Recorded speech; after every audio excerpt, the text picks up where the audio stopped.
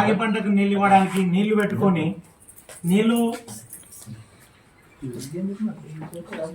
Sufficient విడుదల చేయడానికి ఎందుకు ఆలోచన చేస్తున్నారు? రైతులంటే కాంగ్రెస్ ప్రభుత్వానికి కంట కనిపిస్తలేదా?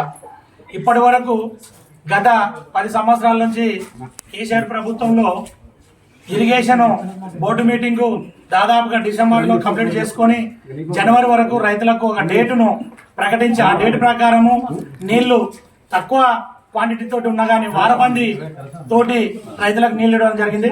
ఇప్పుడు ఆ పరిస్థితి కనబడటం లేదు కాబట్టి మేము ఉమ్మడి మండలాల 2 మండలాల నుంచి ఈ రోజు పెద్ద ఎత్తున వచ్చినటువంటి రైతుల తరఫున మేము అధికారులను సూపరింటెండెంట్ ఆఫ్ ఇంజనీరింగ్ గారికి మేము ఈ రోజు రిప్రజెంటేషన్ ఇస్తున్నది. ఎప్పటి వరకు మీరు విడుదల చేస్తారు నీళ్లు?